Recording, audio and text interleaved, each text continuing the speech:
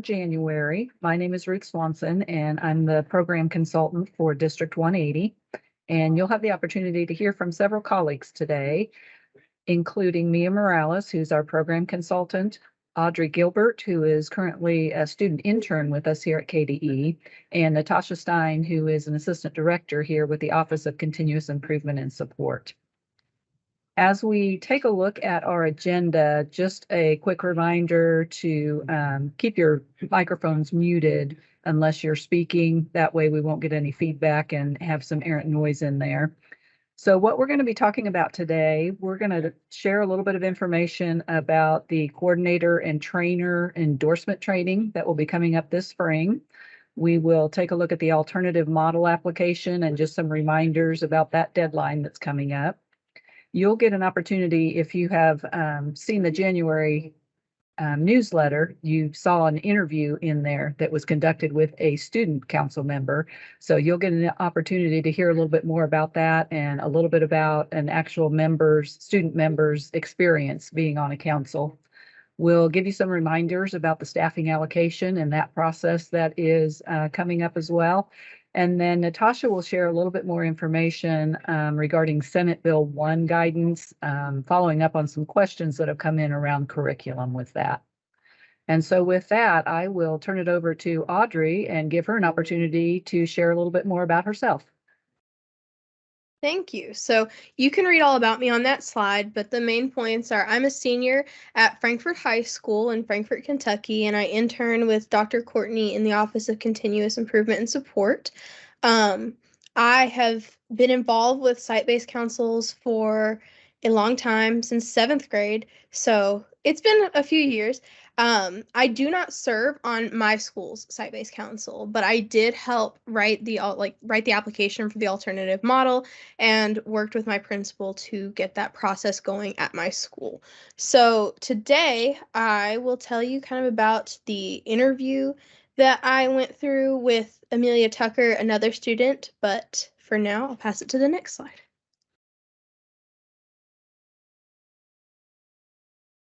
So you guys may have already received an email from me regarding SBDM coordinator and trainer endorsement training. So all SBDM coordinators and trainers are required to attend an annual endorsement training. This year's endorsement training is going to be a webinar, and we have 3 dates and times set aside. So we have March 23rd at 9:30 a.m. Eastern, March 24th at 1 p.m. Eastern, and March 30th at 10 a.m. Eastern.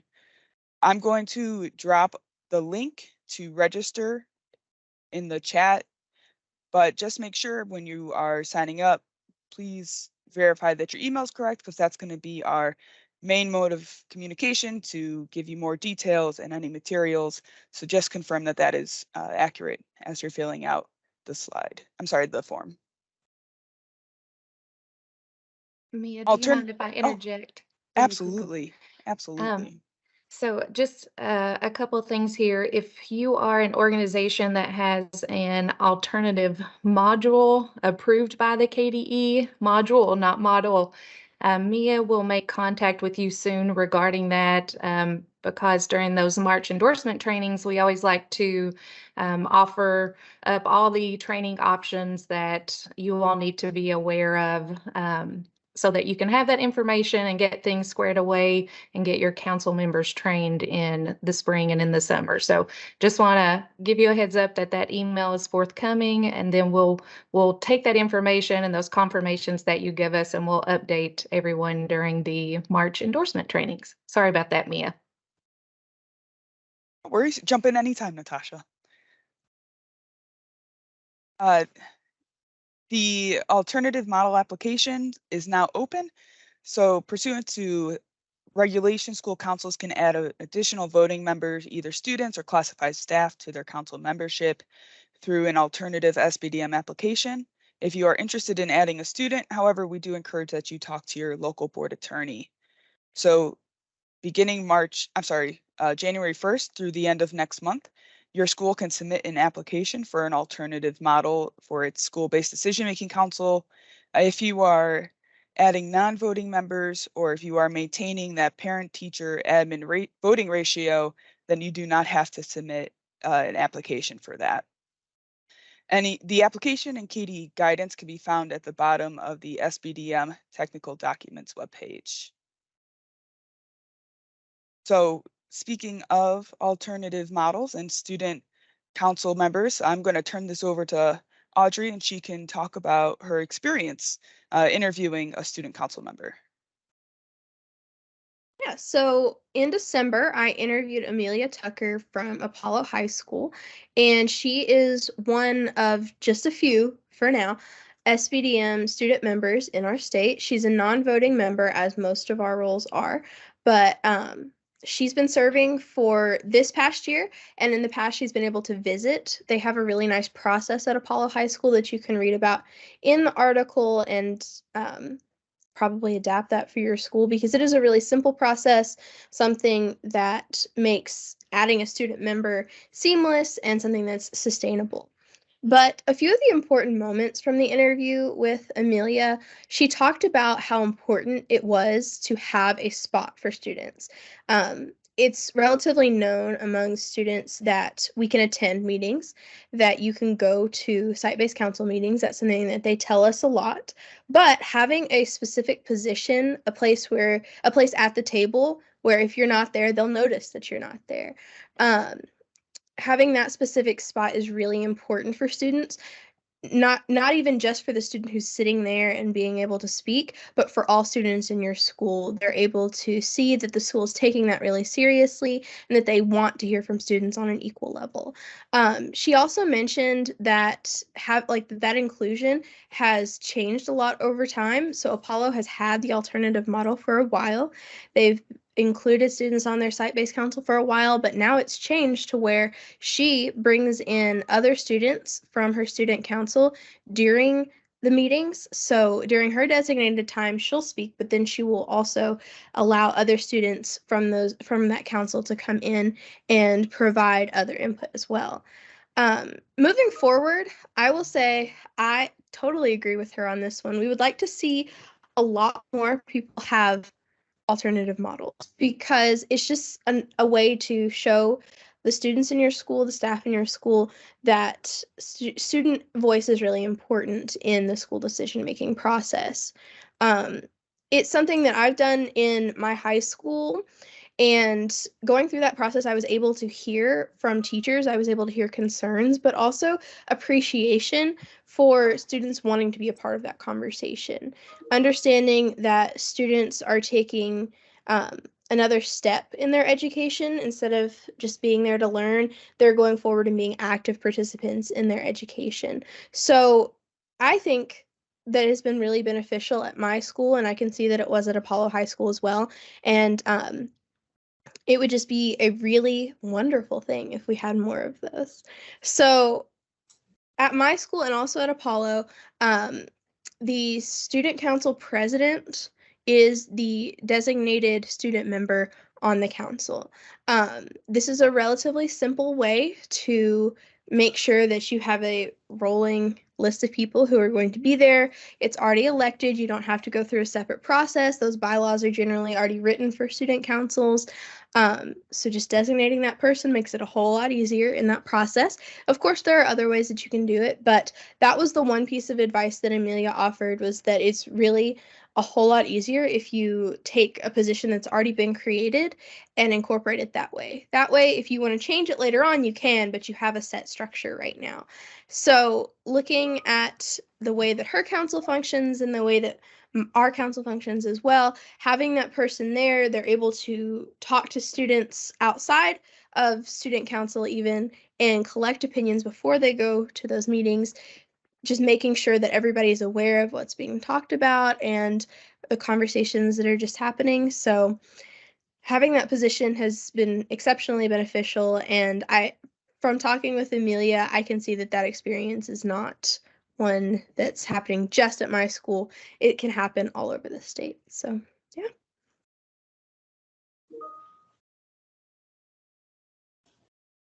Thank you. Staffing allocation reminders. Mia, So- let's pause just for a Oh, second I'm to sorry. see, is there anyone who might have a question for Audrey in regards to her experience or anything that she said that you have a follow-up question about with regards to this particular topic?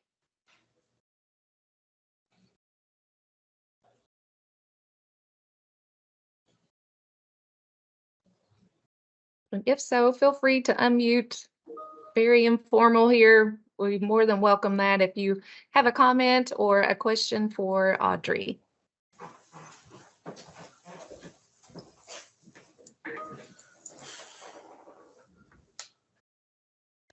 Other options for selecting student members, I believe within the alternative model, you're able to write out your process. So if you wanted to have applications, if you wanted to have a separate election, if you wanted to do it based off of student recommendations, some schools do things where you have to get a certain amount of staff signatures and student signatures to endorse you as even a candidate for something like this.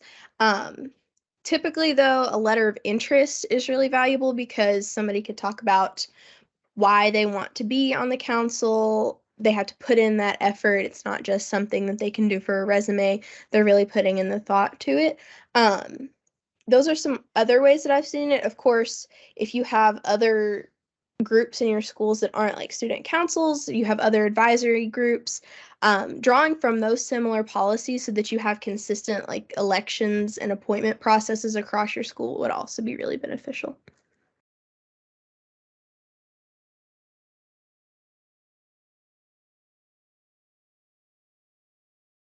So we certainly appreciate Audrey and her commitment to school-based decision-making and all the work that she's doing at the department. It's been an amazing experience to watch her contribute to the work. So not only does Audrey help us with school-based decision-making, but she's also a valuable member to school improvement processes. So anytime we are with our educational recovery staff who support identified CSI, TSI, and ATSI schools, Audrey is there with us during professional learning and engaging in those processes. So the viewpoint has definitely been invaluable to our processes. And we wanted to highlight a student voice so that we could remind everyone also about the alternative model application process, and that, you know, it's a pretty tight window there with regard to completing that application and getting those forms completed and submitted to us so that we can take those before the Kentucky Board of Education for approval. So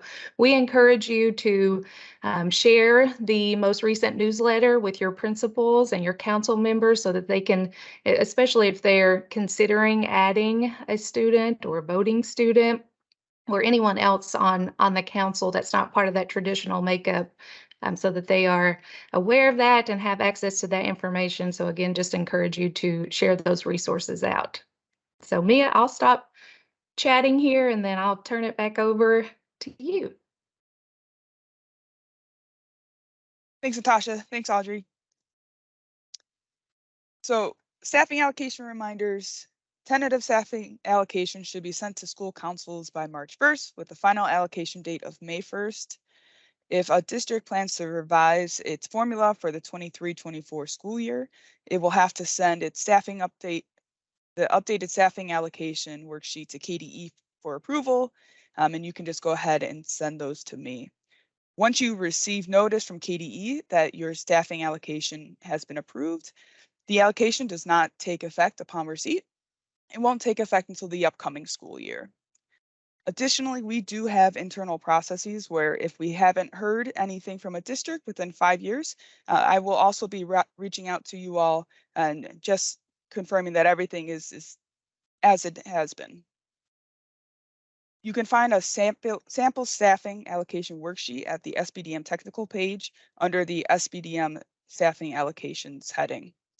Please allow us time to review the allocations prior to May 1st.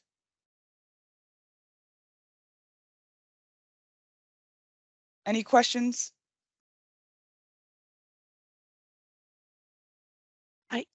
Oh, yes. Excuse me, I have a question. Yeah, absolutely. I noticed on the Google form that you sent us the link to sign up for the training, the March 23rd one on the form says 9 a.m., but on the paper document that I printed out, it's 9:30. Is that which? 1 second, let me check the calendar. But I printed this out last week, so maybe it's changed since then. I'm not sure.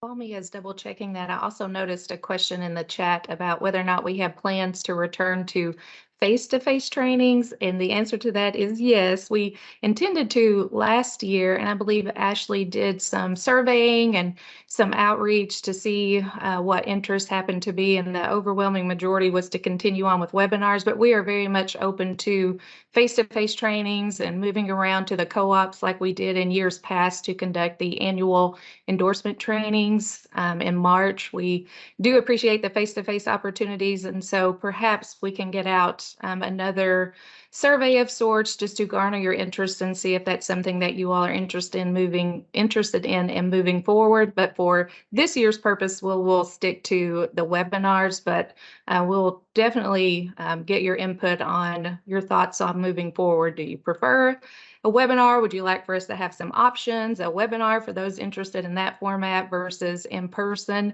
Generally, when we offer the in-person or the webinar, there's not always enough people who are interested in the in-person for it to, make it worth the while to travel across the state for, 2 people or whatever the case may be. So we kind of establish an internal process of making certain there's at least 30 to 40 people who have signed up for those sessions. So again, reach out to us by email. Let us know, if you have any additional thoughts on that, and then also look forward to some sort of survey from us to get your thoughts and input on that. And Mia, I'll turn it back to you on the time. It is at 9:30, so I will make sure to update the I'm sorry, I'm trying to look at the PowerPoint without having to change the slide again. On the PowerPoint, it said 9 a.m. Correct. Yeah. So No. On the PowerPoint, it says 9:30. On your link that you sent us, it says 9. Okay. It should be 9:30 on the form. So I will go ahead and email everyone that signed up for 9 o'clock and just make sure that they know it's 9:30 and that's an appropriate time for them. Okay. Thank you for catching that. Thank you.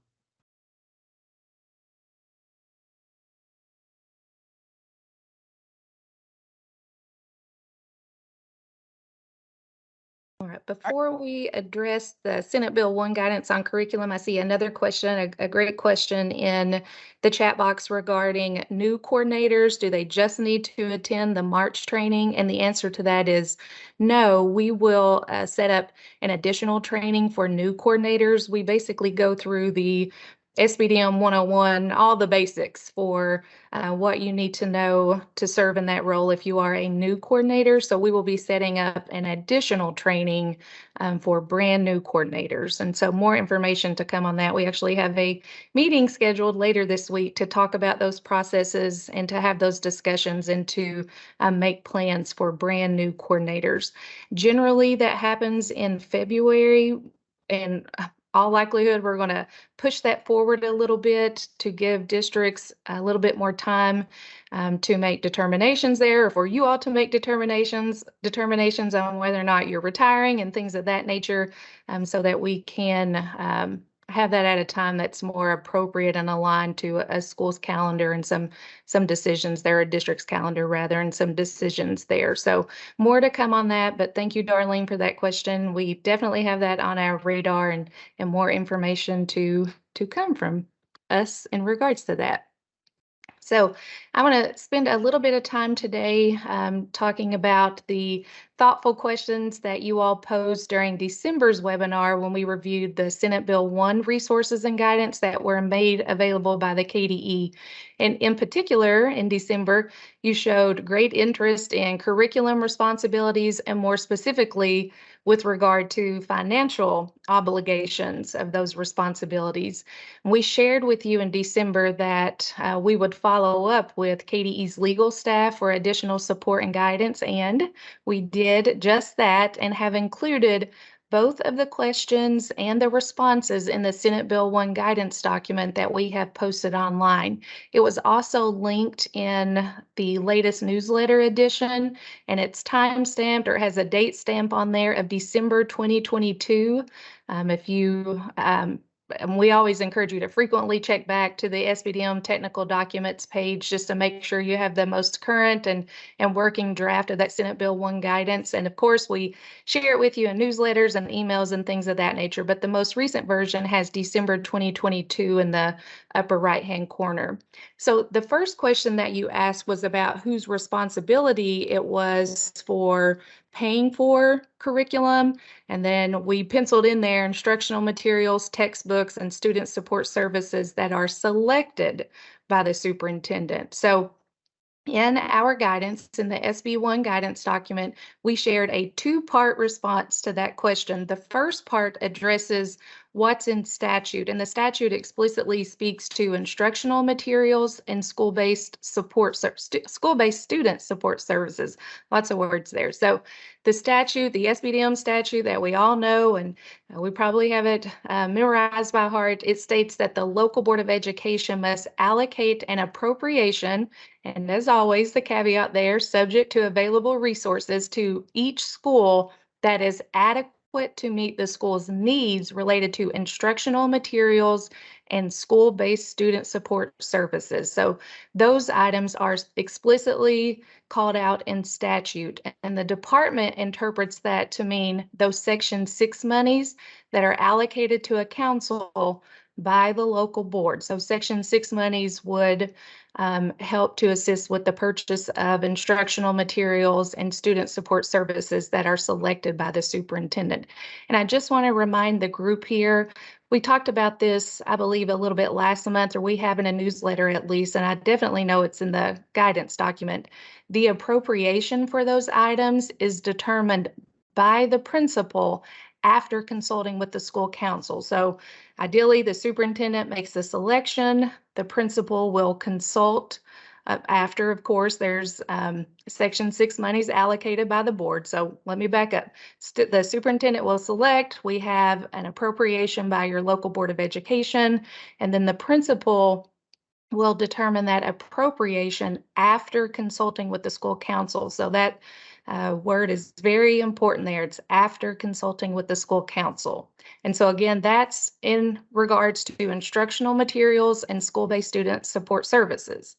The second part of our answer to that question that was posed to us, and I think this really highlights exactly what was asked during December's webinar, was because the statute does not explicitly include the word curriculum, who then bears the responsibility of paying for curriculum, or how do those appropriations come to be? So we shared that appropriations for curriculum will be determined locally. And in our response, we stated that schools may be required to use their categorical and or non-categorical funds to pay for curriculum selected by the district superintendent. So when we speak categorical funds, we're referring to those monies that, you know, quote unquote, have strings attached to them. These are not your general funds. So these could be your title monies, any federal monies, McKinney-Vento. These could be your 21st century funds. So those are our categorical funds. That's what we're referring to when we reference that. And that is defined in the staffing policy regulation that districts use when they create those policies. We also noted in our response that local boards of education through their budget policy, may prescribe responsibilities associated with curriculum costs, and also that local boards of education may allocate through Section 7 monies an amount that's adequate to cover curriculum expenses. And we've had this on our webpage for several years now, but there is a Section 7 request form that councils can use, or that your district is more than welcome to use if you don't already have one of those. But those are essentially the responses to that first question on whose responsibility is it when it comes to paying for the curriculum, the materials, the textbooks, and those student support services. So the statute addresses one part explicitly, and then for curriculum, the department has shared that those appropriations are or should be determined locally after the superintendent makes a selection. I'm going to pause there to see if there are any questions before we move to the next question.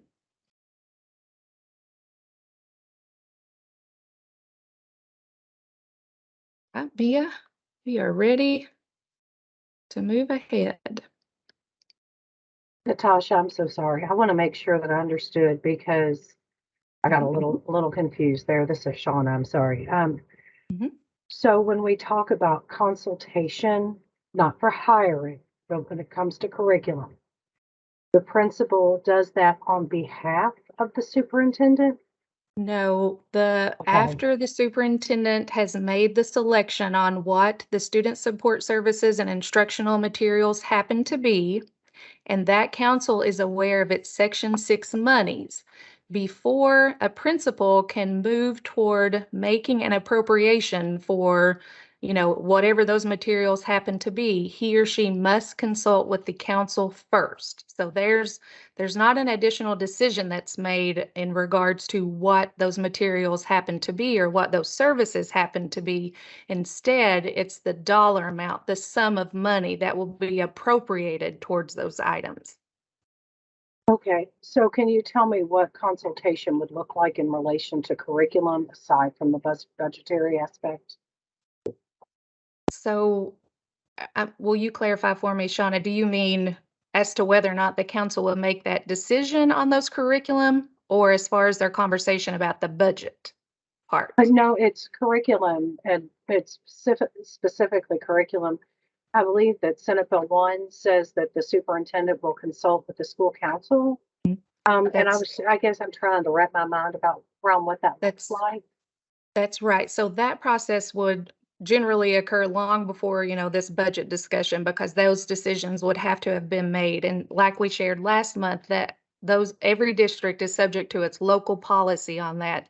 And I believe Mia shared, I think it was with you, maybe with some others, the Kentucky School Board Association model policy, which most districts have adopted. There's not a lot in there as far as step-by-step procedures and what that happens to look like. But it is available and it is out there, but we're deferring locally because that is very explicit in the statute that the superintendent is subject to local board policy on those processes.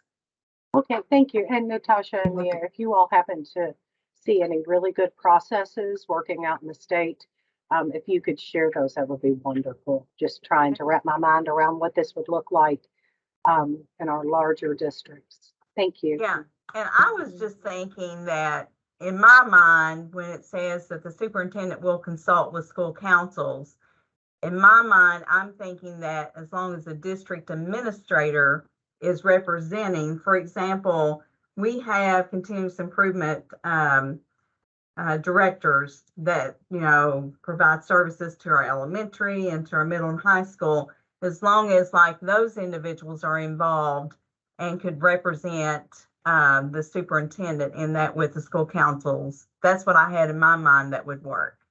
We would defer back to you all locally again there to consult with your board attorney on that, because the statute explicitly says the superintendent. And so that's some conversation we've had internally. So we would definitely defer you back to a board attorney to give legal advice there.